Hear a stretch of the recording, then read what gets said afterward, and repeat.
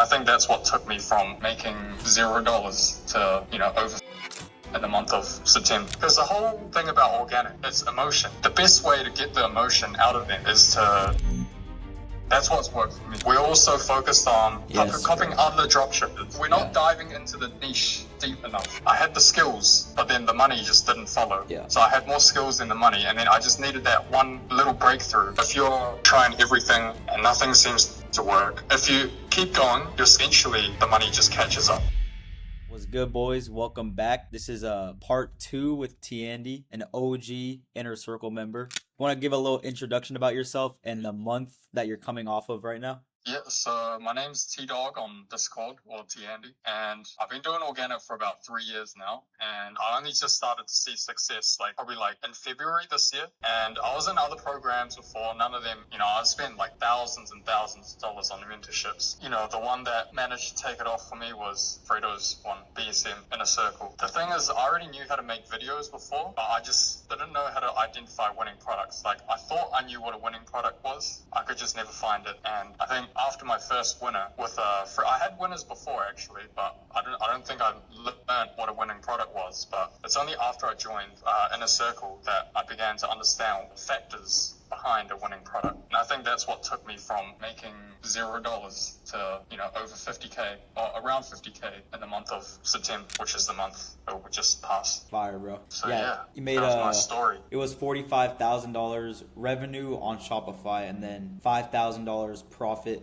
from YouTube, just the AdSense, right? Yeah, AdSense. So ad revenue only. Yeah. So are you going viral on every single platform, or actually let's go back, when did you find this current product? When did you manage to go viral, and what are the biggest platforms for you right now? Yeah, so I found this product probably I'd say June or July. I can't remember. I was just testing it kind of randomly on the side, and then I found a video on my niche For You page. So I prime up a niche, and on that niche For You page, I found banger ass stitch video that I use. That's what started everything. That video I think got 50 million views. And then from there, I just make minor tweaks to that video. So I just build on that video idea, and then eventually I just go viral, mega viral every time. So the first platform that took off for me was Instagram, and then I took off on TikTok. But Instagram's the main platform for me at the moment, and Facebook as well. But Facebook, I didn't actually see any success until 2 months after I started running the product. I already posted maybe 60 to 80 videos, and then all of them just suddenly blew up all at the same time. It was crazy. And then the same thing happened. I had nothing after a while as well for probably half a month. And then just recently, in the month of September, all my old videos just end up going crazy, and that's how I had my biggest month. Fire, bro. So yeah, and YouTube as well. There's two things I want to break down from what you just said. First of all, the niche For You page. So you're talking about optimizing your For You page, and then I want to break down Meta. But first, let's start with how you got that original viral video that you got 50 million views with. So you're saying you optimize your For You page to just show you content within your niche. Is that what you're saying? And yeah, exactly. How does that help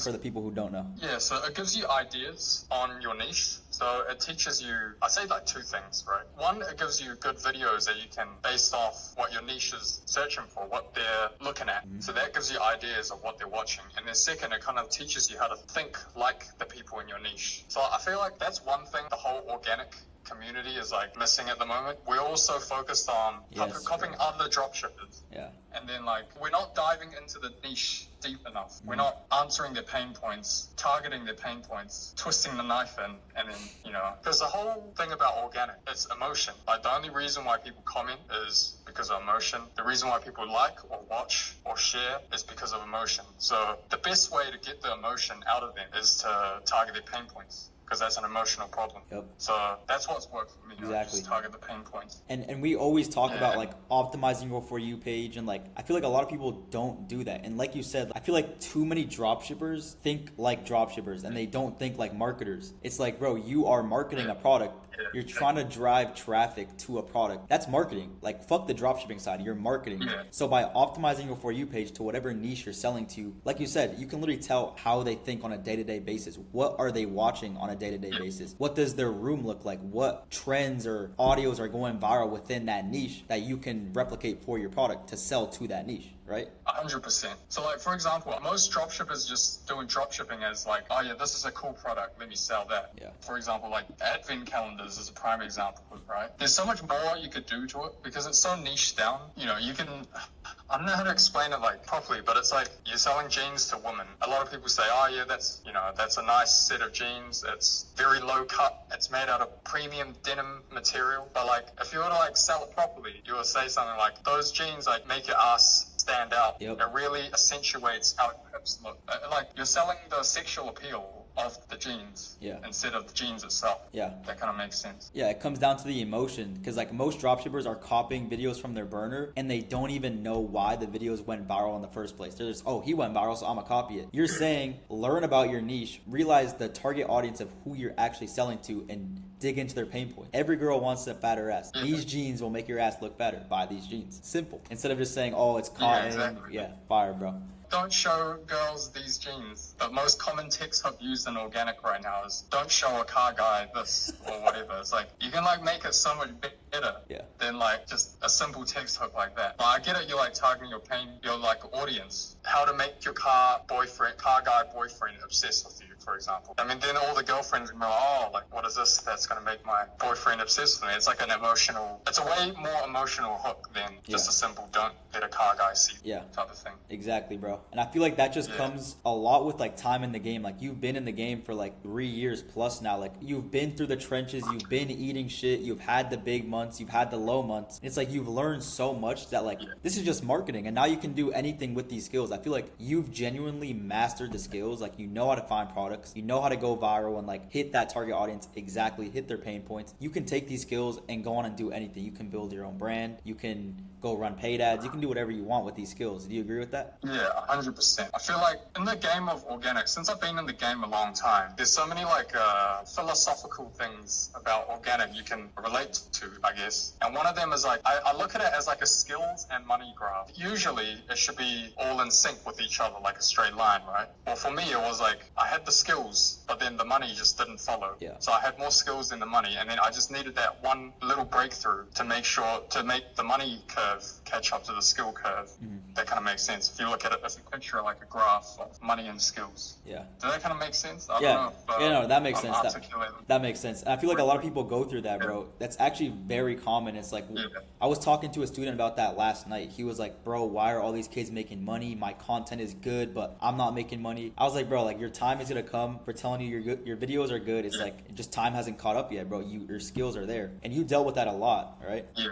Bro, I dealt with that for like 2 years straight. Like my video quality was good. I just couldn't translate that into the right product. And once I understood what a good product was, because it's really only 2 skills, right? It's videos and product. If you got the videos part right, then it's just the product that you're lacking. And then once you master that product part, then everything's just going to take off for you, and then you're going to print. And it's not like for me right now, I don't find conventional dropshipping products anymore. Like I don't go on my burner and find products. I more look at the problem first and then try to see if there is a product that fits that problem. Yeah. If that kind of I'm doing it like backwards now. I mean, you're thinking like a brand owner, bro. That's the mindset. Yeah, exactly. Because I got the capital now, so like I guess if I want to, I can just find a problem and then build a product around it. If I have like super conviction, obviously it's like a high risk, high reward play. The best way, I guess, like because organic's super competitive. In my opinion, is if you already have something going for you, you can try to improve the product, make your own version of it or something. So that will separate you from the competition and make it much harder for someone else to just rip your product and make better videos. Yeah. That's how I got my first big winner. I just made a better version of an existing product, and it was MOQ as well. It was MOQ because you got to improve on it, but now no one can copy it. My product. Did you just have so much conviction that you were like, fuck it, let me order this minimum order quantity with your supplier? You just had conviction in the product. Is that why you did that? I had proof of concept because I was testing, a product that everyone was testing, and I managed to make money with it. I think I made like 40K off it in total, and the reason, I made it work, and then I wanted to differentiate myself from the competition, and that's when I made my own version of it. So I already had proof of concept. I already knew it was going to work, but then I just customized the product and made a better version of it. So if I had an old product that already worked with competitors, if I make my own version of the product now and make it better than it was and more marketable, then it's going to print even more. Yeah. So that was my logic behind it, and it seemed to have worked. Yeah, that's fire. You're basically just building a moat around your product and like your quote unquote brand, because no one can copy you, or else they have to find a supplier, copy the video, copy the product, order MOQ, drop the money on it. It's like no one wants to compete with that, bro. So you just have a moat around you. Yeah, exactly. Yeah, especially if you already had a Prime account based on the old product, then if you introduce a new product and it's more marketable, more better than the old product, then it's just gonna do way better than the old product. Yeah. And now you got no competition as well. So it's like that's the biggest problem I feel like in organic. It's just super competitive. Everyone's running the same products and not trying to think of ways to like differentiate or make themselves stand out from everyone else running it. So for me, I have a really ugly house. I got a really ugly car. I had to find a way to stand out. Yeah. Well, firstly, it was to go in public because no one else is doing it. But now everyone's doing it. So now that doesn't work anymore. I found a moat around building my own product, customizing an existing. Making a new product. Yeah, that's sauce right there, bro. Also, another moat that you could say that's a little lower barrier to entry, but another moat is technically like having a primed account, Instagram, Meta, or like Facebook. So what would you say for that? Like you said that you were like 60, 70 videos deep until like it blew up on Facebook. What made you keep on going with that account? What do you think about Meta as a platform? Yeah, what do you think about Meta overall? And like, why did you stick to that account after so long? Well, firstly, Meta's a crazy platform, right? There's a reason why everyone's doing ads on Meta. They're making millions of dollars every year doing it. Meta's a great platform, but it's just the reason why it's so great is because it's not as competitive as the other platforms, because it's much harder than all the other platforms to build up. But for me, what's worked, so I've got I say 2.5 primed Meta accounts. And how I've always done it is good content is the number one. You have to post good content. There's no way around that. If you don't post good content, you're not going to go viral. That's a fact. Yeah. And for me, I just kept posting on the account. And the reason why I kept posting on it was like most of my videos would get single digit views, but then I'll have a few videos that get like maybe 1K, 2K. That's a sign that your account isn't dead. It's just that your videos just aren't good. Or even if it was a good video, it just didn't get picked up by the Meta platform, by the Meta algorithm, which eventually, if you do end up priming up the account, those old videos will blow up as well. Yeah, exactly. So, again, it's just posting good content, to sum it up, and being consistent with it and just keep thugging it out. I agree.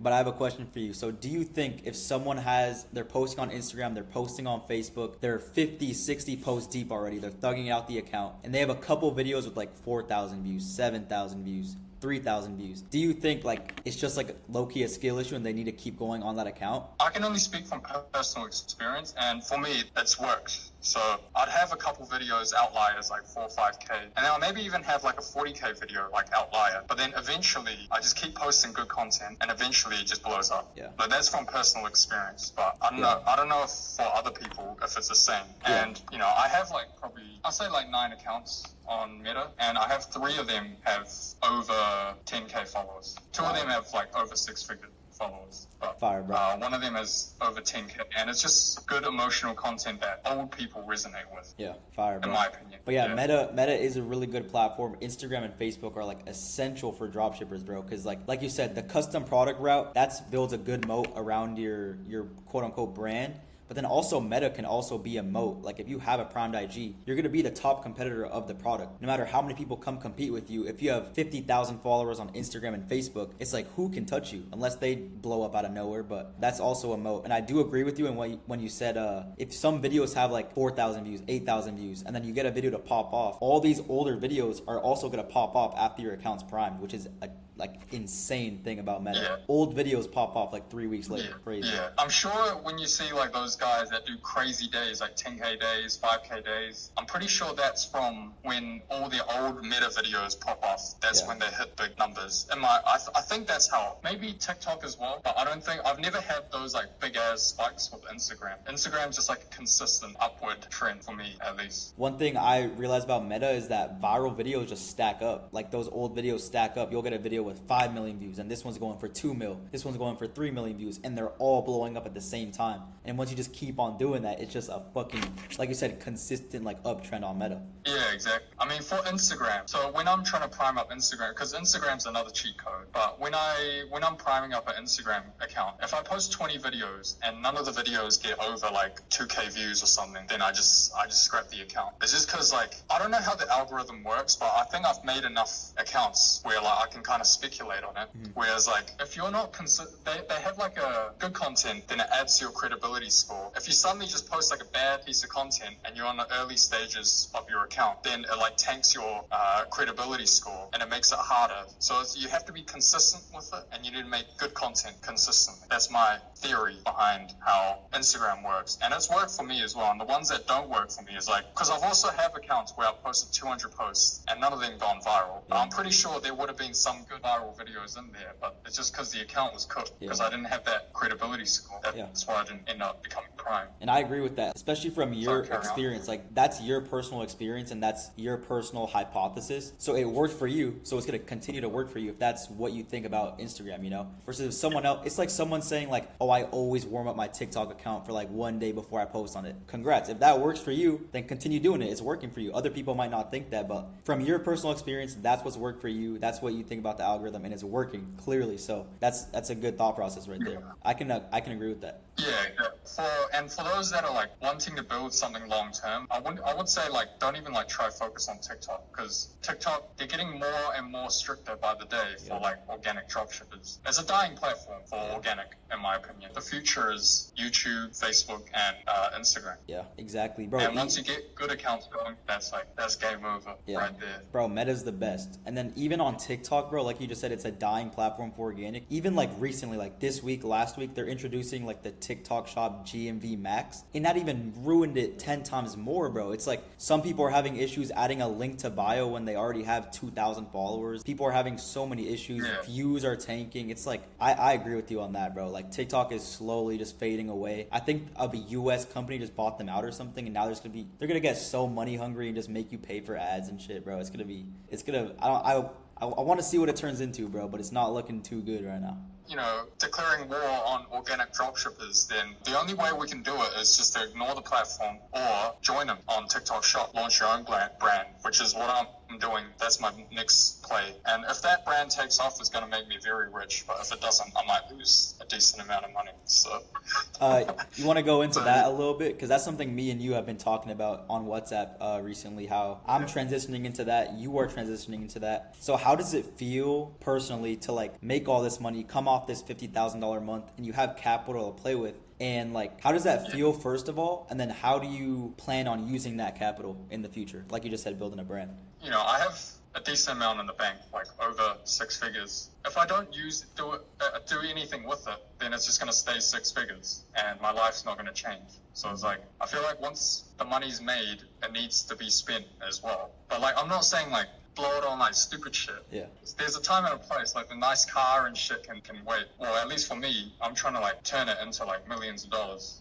So I'm just using that capital as a tool to try and make more money, essentially. And your next move is building a brand? Yeah, exactly. And like, I feel like a lot of people with money, they're like either too scared to spend it. I'm usually like on that side. Some people are like too open to spend it. I feel like there's like a balance where like you kind of have to like strike it where you don't like crash and burn. Like I'm sure some of you have seen it, some of the downfall of some coaches. Yeah. But there's like a balance where you just strike the spend and stop being too frugal with it as well. Yeah. But yeah, the brand is like, that's my next plan. So I'm trying to get into TikTok Shop, because the thing is like, the idea I think behind, you know, I don't want to be filming videos every single day for the rest of my life.